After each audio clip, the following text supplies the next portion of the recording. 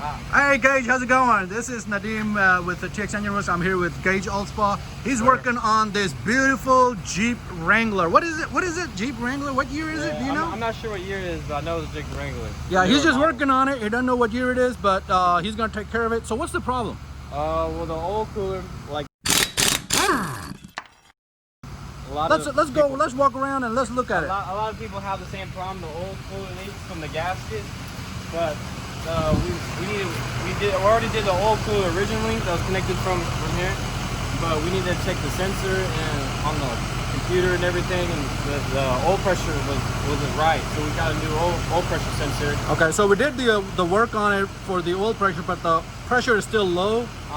And so now what are we going to do? How are we going to fix that? Well, we already fixed it by putting a new oil pressure sensor in it, because the other one... Oh, the sensor was out. Yeah, so the pressure was good, the sensor was out. Yeah. So we got a new sensor in there. Yes, sir. So, yeah, we got... So now we're just going to bolt it up? Yeah, put it all together, make sure, run it, make sure the oil pressure don't go too high or drop too low when it's hot. Yep. I mean, other than that, it was just simple stuff that, I mean, you needed to rip out just to get to. And guys, one of the things that I like to show people is, you know, this is not like a, you know, shade tree mechanic type stuff. You can't do that anymore. You got to hook them up to the computer. See, there's a computer over there.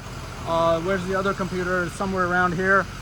There's computer way on the back side of that. There's another one right there. So there's one behind that. I don't know if you can look at the monitor back there. One for Ford, GM. One there, Ford, GM, Chrysler, Fiat Chrysler, any kind of product we can work on.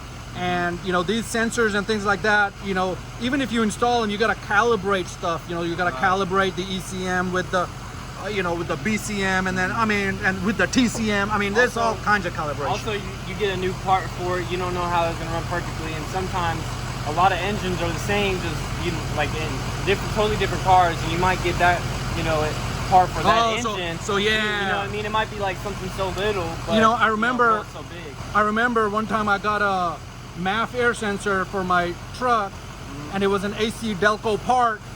The same part from O'Reilly is the incorrect part, which will work on a gas engine, but not on the diesel. Right. If you buy the same part from XL, it works right.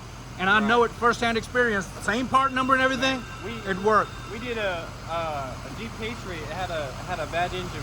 We did pull it out, put a new engine in. Turns out it went to a totally different Chrysler engine, but it looked exactly the same. Yeah, fits right there. There was like an EVAP line that was different. The other one was like, you know, like something's up with this, but it didn't even, any electrical problems. It would connect perfectly fine to the hardware, but it didn't have the same brain. Yeah, so yeah, it's not as easy as it looks. It's not like if you can kind of eyeball it and see if it fits, it's not going to work if it's not the right part. It has to be, I mean, a lot of times the connectors are the same, but the part is different. Right. So, and the thing about my MAF airflow was the positive and the negative was different. It was swapped.